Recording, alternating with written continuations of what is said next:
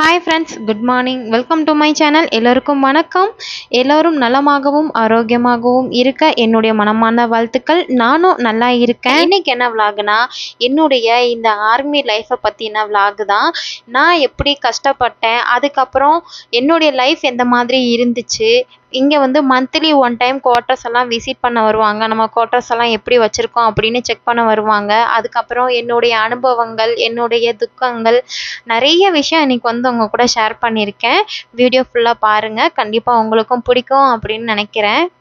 அதுக்கப்புறம் நம்மளுக்குமே பர்சனலாக நிறைய அட்வைஸ் கொடுப்பாங்க. நம்மளுடைய குறை நிறைகள் என்ன அப்படின்றதையும் கேட்பாங்க. அதை பற்றி தான் இன்றைக்கி ஷேர் பண்ணியிருக்கேன். வாங்க ஃப்ரெண்ட்ஸ், வீடியோக்குள்ளே போகலாமா? ஆர்மி லைஃப் வந்து ஃபஸ்ட்டு எங்கேருந்து ஸ்டார்ட் ஆச்சுன்னா, பஞ்சாப்லேருந்து தான் ஸ்டார்ட் ஆச்சு. 2021 தான் தேவ்குட்டி பிறந்தான். அதுக்கப்புறம் 2022 நான் அப்படியே பஞ்சாப்க்கு போயிட்டேன். என்னுடைய ஃபஸ்ட்டு ஆர்மி லைஃப் எங்கே அப்படின்னா பஞ்சாபில் தான் ஸ்டார்ட் ஆச்சு. கரெக்டாக அங்கே வந்து ஒரு 1 இயர் கிட்ட தான் இருந்தோம். அங்கே வந்து போனதுமே எனக்கு ஃபஸ்ட்டு வந்து பழக்கமானது ஹிந்திக்காரங்க தான் ஃபஸ்ட்டு பழக்கமானாங்க. எனக்கு பக்கத்தில் ஒரு ஹிந்திக்காரங்க, அதுக்கப்புறம் ஒரு மராட்டிக்காரங்க 2 பேர் இருந்தாங்க. எனக்கு சுத்தமாகவே ஹிந்தி தெரியாது. எனக்கு இங்கிலீஷும் ஓரளவுக்கு தான் தெரியும். ஃபுல்லாலாம் எனக்கு பேச வராது. பட் ஆனால் யாராவது பேசுனாங்கன்னா எனக்கு புரிஞ்சுக்கிற அளவுக்கு தெரியும். எனக்கு அந்த கிராமர் படி இங்கிலீஷ் பேச வராது. ஆனால் ஓரளவுக்கு எனக்கு பேச வரும். அதை வச்சு நான் அவங்கக்கிட்ட இங்கிலீஷில் பேசுவேன். அந்த மராட்டியில் இருக்கிறவங்களுக்கு வந்து கொஞ்சம் இங்கிலீஷ் தெரியும். அதனால் அவங்களுக்கு அப்போ போன புதுசில் வந்து நம்மளுக்கு எதுவுமே தெரியாதுல்ல. பால் எங்கே வாங்கணும், காய்கறியெல்லாம் எங்கே வாங்கணும். என் ஹஸ்பண்டு சொன்னாங்க தான். இருந்தாலும் என் ஹஸ்பண்டுக்கு வந்துட்டு யூனிட்டுக்குன்னு போயிட்டாலே அவங்களுக்கு ஃப்ரீ டைமே கிடைக்காது. நைட்டுக்கு மட்டும்தான் ஃப்ரீயாக இருப்பாங்க. அதுவுமே டியூட்டி அந்த மாதிரி வந்துடும். என்னதான் இருந்தாலும் பக்கத்தில் இருக்கவங்க கிட்ட தானே நம்ம கேட்டு விசாரிக்க முடியும். அப்படி எனக்கு தெரிஞ்ச இங்கிலீஷில் வந்து நான் அவங்கக்கிட்ட எதுனாலும் கேட்டுப்பேன். அவங்க வந்து எனக்கு சொல்லுவாங்க, காய்கறிலாம் இந்த டயத்துக்கு வரும், இப்போ வந்து வாங்கிக்கோங்க இந்த டைம் அப்படின்னு சொல்லிட்டாங்க. அதே மாதிரி பால் வாங்குறதுக்குமே சொல்லிட்டாங்க. நான் ஃபஸ்ட் டைம் வந்து எல்லாமே கொஞ்சம் கொஞ்சம் பேசி பழகுனது வந்து கொஞ்சம் இங்கிலீஷில் கலந்து தான் அப்படியே பேசிட்டு இருந்தேன். அது அப்படியே நாளடைவில் கொஞ்சம் கொஞ்சமாக எல்லாருக்கிட்டேயும் பேச ஆரம்பித்தேன். பாதி பேருக்கு அங்கே வந்து நம்ம அம்மாங்க வயசில் இருக்கிறவங்க, அதாவது அம்மா இல்லை, கொஞ்சம் இந்த 6வது 7வது படிக்கிற பசங்களோட அம்மாங்களுக்கெல்லாம் இங்கிலீஷ் தெரியாது. அவங்கெல்லாம் இங்கே நார்த் இண்டியன்ஸ் தான். அவங்க வந்து அந்த அளவுக்கு அவங்களுக்கு இங்கிலீஷ் தெரியாது. அவங்க ஃபுல்லுமே ஹிந்தியில் தான் பேசுவாங்க. அவங்க எல்லாருமே என்னை சொல்லிகிட்டே இருப்பாங்க, இந்த பொண்ணுக்கு ஹிந்தி தெரியாது, இவளுக்கு ஹிந்தி தெரியாது அப்படி என் முன்னாடியே என்னை வச்சு சொல்லிக்கிட்டே இருப்பாங்க. அது ஃபஸ்ட்டு எனக்கு புரியாது. அவங்க ஏதோ ஒன்று சொல்கிறாங்க அப்படின்னு நினச்சிட்டு நான் பாட்டுக்கு விட்டுருவேன். அப்போ தான் இந்த பொண்ணுக்கு ஹிந்தி தெரியாது அப்படின்னு சொல்ல சொல்ல அப்போது அந்த ஒரு மராட்டிக்காரங்க சொன்னேன்ல, அவங்க வந்து எனக்கு சொன்னாங்க, நீங்கள் ஹிந்தி சீக்கிரம் கற்றுக்கோங்க, அப்போ தான் இங்கே இருக்க முடியும் அப்படின்னு அவங்க சொன்னாங்க. இவங்கெல்லாம் இப்படி சொல்கிறத பார்த்து எனக்கு ரொம்ப கஷ்டமாக இருக்கும். அதே நேரத்தில் பேசுகிறதுக்கும் அங்கே யாருமே இருக்க மாட்டாங்களா. நானும் என்னோட பையனும் மட்டும்தான் இருப்போம்.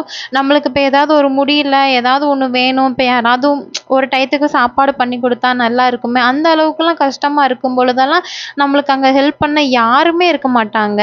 நமக்கு நம்ம தான் எல்லா வேலையும் பார்த்துக்கிறணும். என் ஹஸ்பண்ட் தான் அப்போ எனக்கு ஹெல்ப் பண்ணாங்க. கரெக்டாக ஒரு 1 வீக் கழித்து ஒரு ஆந்திராக்காரங்க வந்தாங்க. ரொம்ப ரொம்ப நல்லவங்க ஃப்ரெண்ட்ஸ். ஆர்மி குவார்ட்டர்ஸை பொறுத்த வரைக்கும் ஒரு நல்ல ஃப்ரெண்டு நம்ம கூட இருந்துட்டாங்கன்னு வச்சுக்கோங்களேன், அந்த லைஃப் ரொம்ப ரொம்ப சூப்பராக ஜாலியாக ஹாப்பியாக போகும். அதே நேரத்தில் ஒரு நல்ல ஃப்ரெண்டு ஒரு ஆள் கூட நம்மளுக்கு இல்லைன்னு வச்சுக்கோங்க, அப்படியே டோட்டலாக அந்த லைஃப் வந்து ஒரு நரகம் மாதிரி மாறிடும். ஏன்னா யாருமே நம்மக்கிட்ட பேச மாட்டாங்க. அவங்க ஃப்ரெண்டுக்குள்ளே அவங்களா பேசிப்பாங்க. நம்ம பாட்டுக்கு சும்மா நடந்து போனால் கூட நம்மளை பற்றி தான் புரணி பேசிகிட்டு இருப்பாங்க. அவங்க என்ன பேசுகிறாங்க கூட நம்மளுக்கு தெரியாது. சில டைம் வந்து அவங்க பையன் வந்து நம்ம பையனை அடிக்கிறியான் அப்படின்னு சொல்லி கம்ப்ளைண்ட்லாம் பண்ணுவாங்க. ஆனால் நம்ம பையன் அடி வாங்கிட்டு நிற்கும். ஆனாலும் அவங்க பையன், உங்கள் பையன் தான் என் பையனை அடிச்சிட்டான் அப்படின்லாம் சொல்லி நம்மளை பேசுவாங்க. இந்த மாதிரிலாம் தனியாக நம்ம கூட ஒரு ஃப்ரெண்டு இருந்தாங்கன்னா நம்ம கொஞ்சம் போல்டாக எதுவும் பேசலாம். ஏன்னா நம்மளுக்கு சப்போர்ட்டுக்கு ஒரு ஆள் இருக்காங்க அப்படின்ற மாதிரி இருக்கும். அதே நேரத்தில் யாருமே இல்லை, நம்ம தனியாக இருக்கோம் அப்படின்றது ரொம்ப ரொம்ப ஒரு கஷ்டமாக இருக்கும், நரகமாக இருக்கும். எப்படா இந்த ஹஸ்பண்ட் வீட்டுக்கு வருவாங்கன்னு சொல்லி வெயிட் பண்ணிகிட்டே இருக்கணும். அதே நேரத்தில் ஒரு நல்ல ஃப்ரெண்டு ஒருத்தவங்க நம்மளுக்கு கிடச்சிட்டாங்கன்னா உண்மையாகவே ஆர்மி லைஃப் வந்து, இந்த குவார்ட்டர்ஸ் லைஃப் வந்து ரொம்ப சூப்பராக நல்லா இருக்கும். எனக்கு அப்படி தான் ஒருத்தவங்க ஆந்திராக்காரங்க வந்து கிடைச்சாங்க. ரொம்ப ரொம்ப நல்லவங்க. அவங்களுக்கு வந்து தமிழ் நல்லா தெரியும். ஆனா அவங்க தெலுங்குக்காரங்க தான். தமிழ் நல்லா தெரியும். அப்போ அவங்களுக்கு குழந்தை இல்ல. ஆனா இப்போ அவங்களுக்கு 2 பெண் குழந்தைங்க இருக்கு. அப்போ அவங்களுக்கு குழந்தை இல்லாத அந்த டயத்துல தேவேஷ ஃபுல்லா தூக்கி வளர்த்தது அவங்க தான். சாப்பாடு மட்டும் நான் குடுத்துட்டு அங்க கொண்டு போய் விட்டுட்டு வந்துருவேன். அவங்க ஃபுல்லா பார்த்துக்கிருவாங்க. தேவேஷ் அப்படி பார்த்துப்பாங்க. எனக்கு நல்லா மைண்டுக்கு ரிலாக்ஸா, ஹாப்பியா இருக்கும் அந்த இடம் வந்து. அதுவும் போல அங்க விசிட் இருக்கும். மாசத்துல 2 விசிட் இருக்கும். 2 விசிட்டுமே எப்படி இருக்கும்னா, காமனா அப்படி ரேண்டமா வருவாங்க. யாராதும் இந்த வீட்டுக்கு தான் வரப்போறேன்னு சொல்லிட்டுலாம் வரமாட்டாங்க. ஆனா விசிட் வரப்போறதுக்கு வந்து ஒரு 2, 3 நாளைக்கு முன்னாடியே சொல்லிருவாங்க. இப்போ புதன்கிழமை விசிட் வராங்க. நீங்க குவார்ட்டர்லாம் நீட்டா மெயின்டெயின் பண்ணி வச்சுக்கோங்க அப்படின்னு சொல்லி ஒரு 2 நாளைக்கு முன்னாடியே, இல்ல முன்னாடி நாள் நம்மளுக்கு மெசேஜ் வரும். நம்ம வந்து குவார்ட்டர கண்டிப்பா நீட்டா வச்சே ஆகணும். ஏன்னா அவங்க வந்து விசிட் பண்ணி பார்க்கும்பொழுது நம்ம குவார்ட்டர்ஸ் நீட்டா இல்ல அப்படின்னா, நம்மள ஒண்ணுமே சொல்ல மாட்டாங்க. நம்மகிட்ட எதுவும் சொல்ல மாட்டாங்க. நம்மளுக்கு ஒரு அட்வைஸ் மட்டும் குடுத்துட்டு நம்மள விட்டுருவாங்க. பட் ஹஸ்பண்டுக்கு தான் பனிஷ்மென்ட் கண்டிப்பா இருக்கும். ஏன் உங்க குவார்ட்டர் இந்த மாதிரி இருக்கு? ஏன் நீங்க அத ப்ராப்பரா மெயின்டெயின் பண்ணல? ஏன் இப்படி வச்சிருக்கீங்கன்னு சொல்லி எல்லா இதுவுமே ஹஸ்பண்டுக்கு தான் போய் சேரும். ஒய்ஃப ஒண்ணும் சொல்ல மாட்டாங்க. ஒய்ஃபுக்கு வந்து அட்வைஸ் குடுத்துட்டு அவங்கள அவ்வளோதான், எதுவும் சொல்ல மாட்டாங்க. ஆனா ஹஸ்பண்டுக்கு தான் பனிஷ்மென்ட் கிடைக்கும். நம்ம குவார்ட்டர்ஸ் எல்லாமே நீட்டா வைக்கலன்னா, முடிஞ்ச அளவு எல்லாருமே நீட்டா வச்சுருவோம். ஏன்னா எல்லாருமே பொதுவாவே நம்ம வீட்ட எப்பவுமே நீட்டா தான வப்போம். அந்த மாதிரி நடக்காது. மேக்ஸிமம் இதுவரைக்கும் நான் இருந்த இடத்துல நடந்தது இல்ல. எப்பவும் எல்லாருமே வீட்ட நீட்டா வச்சுப்பாங்க. அதுவும் இந்த ஹிந்திக்காரங்கலாம் டெய்லியும் காலையிலயும் சாயந்தரமும் வீட தொடச்சுக்கிட்டே இருப்பாங்க. பூஜை பண்ணிக்கிட்டே இருப்பாங்க. அவங்கள பார்த்து பார்த்து தான் நானுமே டெய்லியும் வீடு துடைக்கிற பழக்கத்தவே கொண்டு வந்தேன்.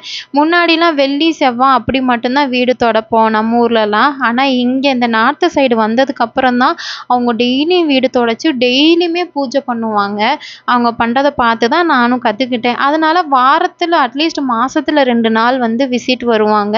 அதுக்கப்புறம் வந்து மாசத்துல 1 நாள் வந்து வெல்ஃபேர் மீட்டிங் அப்படின்னு சொல்லி வப்பாங்க. அந்த மீட்டிங்ல வந்து உங்களுக்கு ஏதாவது குறை இருக்கா? உங்க ஹஸ்பண்ட் வந்து உங்கள நல்லா பார்த்துக்கிறாங்களா? இங்க வந்து உங்களுக்குள்ள எதுவும் சண்டை வருதா?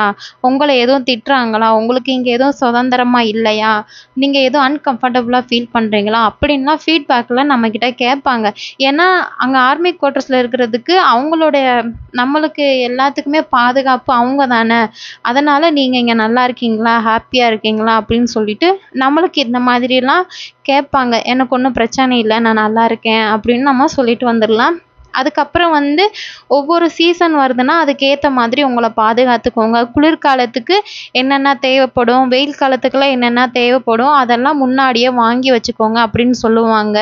இந்த மாதிரி இப்போ கொரோனா காய்ச்சல் வருதுன்னா, அதுக்கு நம்ம எப்படி சேஃப்டியா வச்சுக்கிறணும், அத பத்தி சொல்லுவாங்க. இதுதான் வெல்ஃபேர் மீட்டிங் அப்படின்னு சொல்லி மந்த்லி ஒண்ணு நடக்கும். விசிட் அப்படின்றது 2 தடவ நடக்கும்.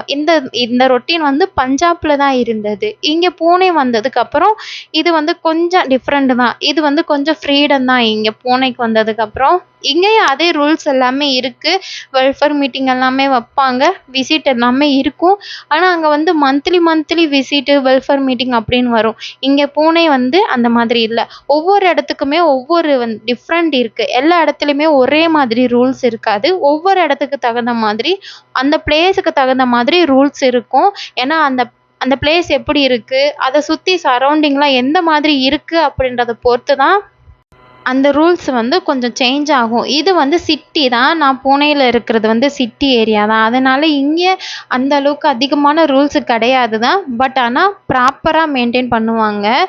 இங்க வந்து விசிட் வந்து நான் லாஸ்ட் இயர்ல ஒரு 2 டைம் தான் விசிட்டுக்கு வந்திருந்தாங்க. அவங்க வந்து காமனா வந்து நின்னு பேசிட்டு எல்லாருக்கும் எப்படி இருக்கு? உங்களுக்கு எல்லாம் வசதியெல்லாம் நல்லா இருக்கா? குவார்ட்டர்ஸ் எல்லாம் நல்லா இருக்கா? அப்படின்னு காமனா கேட்டுட்டு மட்டும் போயிட்டாங்க. இதே இது மத்தவங்கலாம் அப்படின்னா, வீட்டுக்குள்ள வந்து சுத்தி பார்த்துட்டு நம்ம வீட்ட நீட்டா வச்சிருக்கோமா? கிளீனா வச்சிருக்கோமா? அப்படின்னு சுத்தி பார்த்துட்டு போவாங்க. ஒவ்வொரு ஆஃபீஸரும் ஒவ்வொரு மாதிரி. எல்லாருமே ஒரே மாதிரி இருக்க மாட்டாங்கல்ல. ஒவ்வொருத்தவங்க கேரக்டர் ஒவ்வொரு மாதிரி. மேக்ஸிமம் கேர்ள்ஸ்க்கு எல்லாருக்குமே தெரியும். வீட்ட நீட்டா தான் மெயின்டெயின் பண்ணுவாங்க அப்படின்றது எல்லாருக்குமே தெரியும்.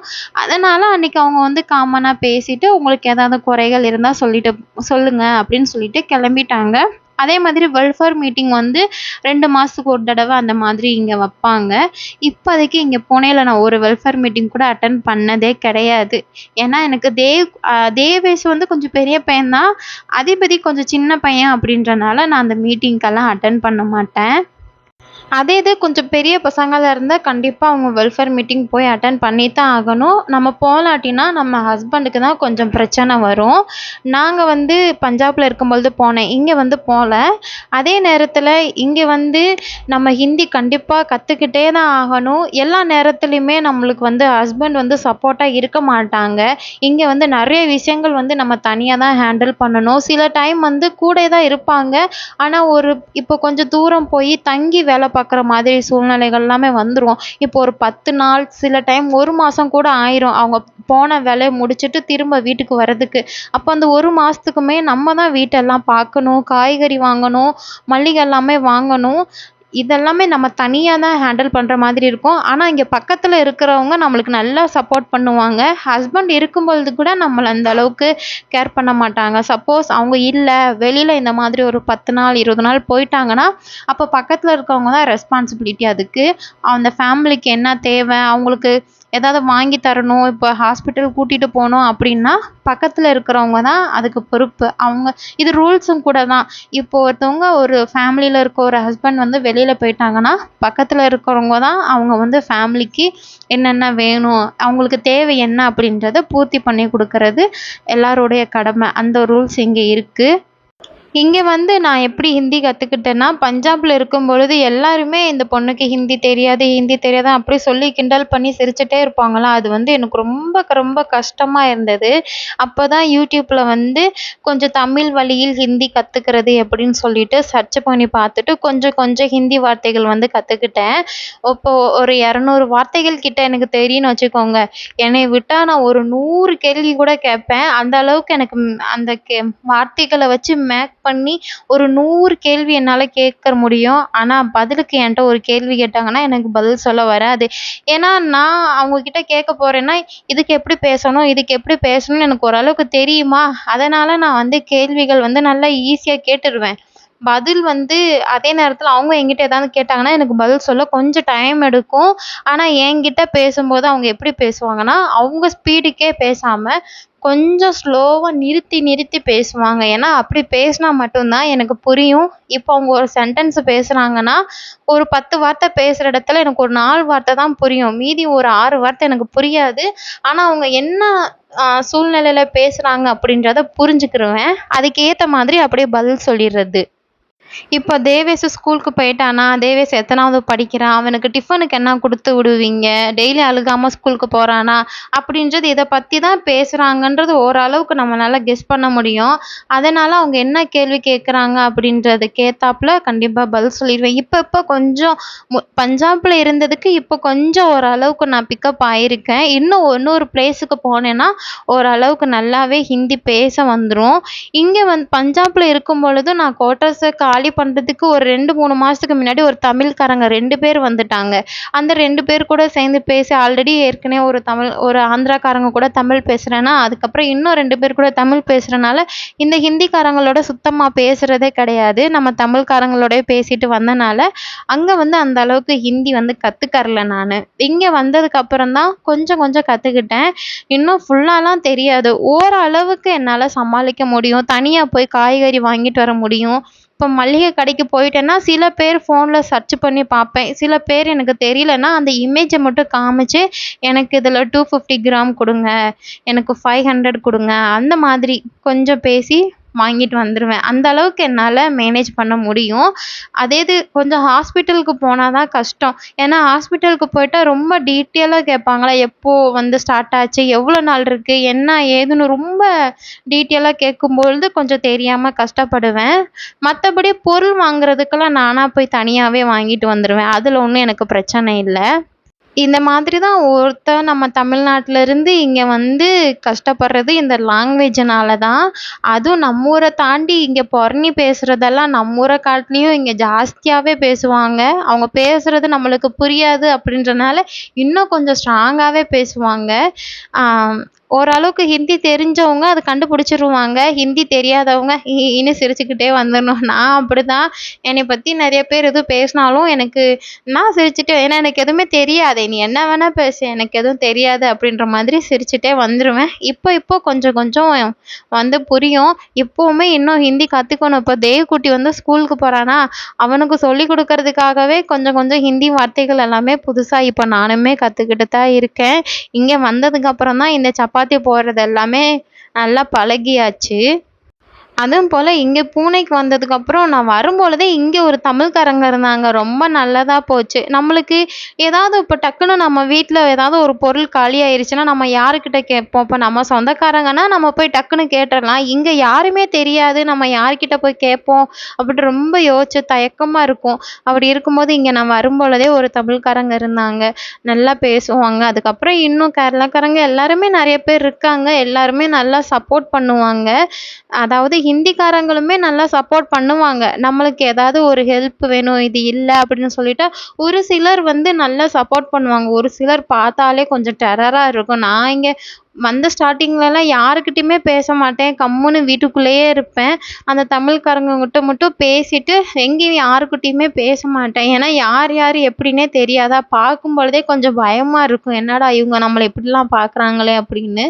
அப்புறம் போக போக டெய்லியும் பார்க்கறனால போக போக இப்போ எல்லார் கூடயுமே பேச ஆரம்பிச்சுட்டேன். எனக்கு தெரிஞ்ச ஹிந்தியை வச்சு எல்லார் கூடயுமே பேசிக்கிருவேன். ஆனால் ஒன்று கண்டிப்பாக இந்த நார்த்து சைடு வரப்போகிறோன்னு தெரிஞ்சிட்டாலே அட்லீஸ்ட் கொஞ்சம் அந்த பேசிக் ஹிந்தினாலும் நம்ம கற்றுக்கிறணும். இது எங்கே இருக்குது, இது எப்போ வரும், இது என்ன, இது எவ்வளோ, அதுக்கப்புறம் எங்கே போகணும், எங்கே வாங்கணும், இந்த மாதிரி சின்ன சின்ன வார்த்தைகள் நம்ம அன்றாட வாழ்க்கைக்கு யூஸ் பண்ணுவோம்ல.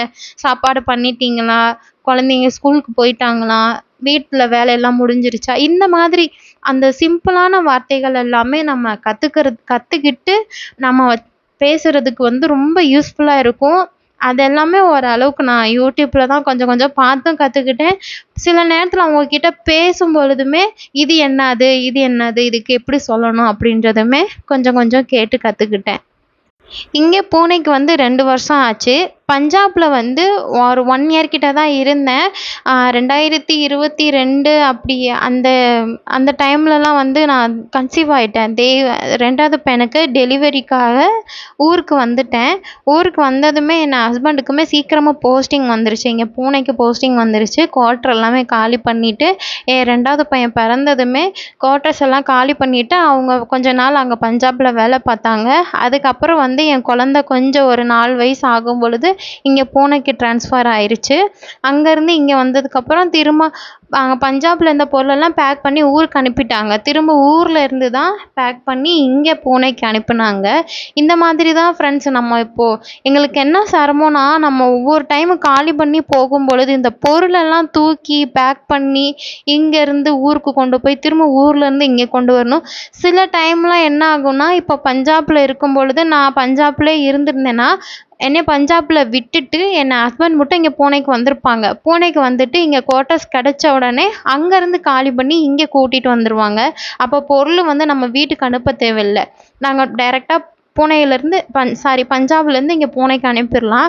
சப்போஸ் அங்கே பஞ்சாபில் வந்து இல்லை, நீங்கள் போஸ்டிங் அவுட் ஆன உடனே குவார்ட்டர்ஸ் உங்களுக்கு கிடையாது அப்படின்னு சொல்லிட்டா நம்மளுக்கு அப்போ தான் பிரச்சனை. அங்கேருந்து அந்த பொருள் எல்லாத்தையும் பேக் பண்ணி வீட்டுக்கு கொண்டு போகணும். திரும்ப வீட்டிலேருந்து அடுத்து போஸ்டிங் எங்கே வந்திருக்கோ அந்த இடத்துல வந்து உடனேலாம் குவார்ட்டர்ஸ் நம்மளுக்கு கிடைச்சிராது. அதுக்குமே வந்து கொஞ்சம் டைம் எடுக்கும். அதுவுமே அந்த யார் ஃபஸ்ட்டு வந்து குவார்ட்டர்ஸுக்கு புக் பண்ணியிருக்காங்களோ அதுக்கேற்ற மாதிரி தான் ஆர்டர் வைஸாக தான் நம்மளுக்கு கிடைக்கும். மேக்ஸிமம் ஒரு 2லேருந்து ஒரு 3 மாதத்துல வந்து நம்மளுக்கு கிடைச்சிரும். அப்படி இல்லை ரொம்ப எமர்ஜென்சினா டெம்ப்ரவரி குவார்ட்டர்னு சொல்லி இருக்கும். அங்கே ஃபஸ்ட்டு போய் கொஞ்ச நாள் இருந்துட்டு அதுக்கப்புறம் வேறு எங்கே நல்ல குவார்ட்டர் கிடைக்குதோ அங்கே வந்து நம்ம ஷிஃப்ட் பண்ணிக்கிறலாம். இந்த மாதிரி தான் ஃப்ரெண்ட்ஸ் மேக்ஸிமம் எங்களுடைய நம்ம தமிழ்நாட்டிலேருந்து இங்கே வந்து இருக்கிற ஆர்மியில் இருக்கிற நம்ம தமிழ்நாட்டு பெண்களுடைய லைஃப் வந்து இந்த மாதிரி தான் இருக்கும். ஸ்டார்டிங்கில் ஒன்றுமே தெரியாமல் ஒன்றுமே புரியாமல் என்னடா இது, ஏன்டா வந்தோம், சிறைக்குள்ளே இருக்கிற மாதிரியே இருக்கிறோமே அப்படின்னு தோணும். அதுக்கப்புறம் போக போக ஹிந்தி கற்றுக்கிட்டோ இல்லை நம்ம தமிழ்காரங்க கூட யார் இருந்தோ ஒரு நல்ல ஃப்ரெண்டு நம்ம கூட யார் இருந்தாலுமே அதுக்கப்புறம் அந்த லைஃபு சூப்பர் தான். நிறைய பார்ட்டி வைப்பாங்க, நிறையா செலிப்ரேஷன்லாம் நடக்கும். நம்ம ஊர்ல வந்து திருவிழா எப்படி ஒவ்வொரு மாதத்துக்கும் ஒவ்வொரு திருவிழா வருதோ அதே மாதிரி இங்கேயும் ஒவ்வொரு மாதத்துக்கும் இவங்க சைடு ஒவ்வொரு பண்டிகை வரும். இவங்க மெயினாக நம்மளை மாதிரி செலிப்ரேட் பண்ணுறது என்னதுன்னா ஹோலி, தீபாவளி இந்த மாதிரி ஃபங்க்ஷன் எல்லாமே இவங்க சைடு வந்து சிறப்பாக நல்லா இருக்கும். இப்போ இங்கே மராட்டியில் எடுத்துக்கிட்டிங்கன்னா இது கணேஷ் சதுர்த்தி, விநாயகர் சதுர்த்தி இங்கே வந்து சிறப்பாக பண்ணுவாங்க. நல்லா இருக்கும் ஃப்ரெண்ட்ஸ். ஒவ்வொரு ஊருக்குமே ஒவ்வொரு கல்ச்சர் இருக்கும். நல்லா அனுபவிக்கலாம். ஹிந்தி கற்றுக்கிட்டா இன்னும் ஜாலியாக இருக்கும் இந்த ஆர்மி லைஃப் வந்து. ஓகே ஃப்ரெண்ட்ஸ், இன்றைக்கி வந்து இது உங்க கூட ஷேர் பண்ணிக்கணும்னு தோணுச்சு, ஷேர் பண்ணிட்டேன். கண்டிப்பாக இந்த வீடியோ உங்களுக்கு பிடிச்சிருந்ததா எப்படின்னு எனக்கு தெரியாது. உங்களுக்கு பிடிச்சிருந்ததுன்னா கண்டிப்பாக ஒரு லைக் பண்ணிக்கோங்க, ஷேர் பண்ணிக்கோங்க. நம்ம இன்னொரு வீடியோவில் பார்க்கலாம். வீடியோ இவ்வளோ நேரம் பார்த்ததுக்கு ரொம்ப ரொம்ப தேங்க்யூ ஃப்ரெண்ட்ஸ். கண்டிப்பாக இதே மாதிரி என்னுடைய எல்லா வீடியோவுக்குமே நீங்கள் சப்போர்ட் கொடுக்கணும். நம்ம சேனலை சப்ஸ்கிரைப் பண்ணாதவங்க கண்டிப்பாக சப்ஸ்கிரைப் பண்ணிவிட்டு நம்மளுக்கு சப்போர்ட் பண்ணுங்கள் ஃப்ரெண்ட்ஸ். ஓகே ஃப்ரெண்ட்ஸ், பாய். நம்ம இன்னொரு வீடியோவில் பார்க்கலாம். தேங்க்யூ.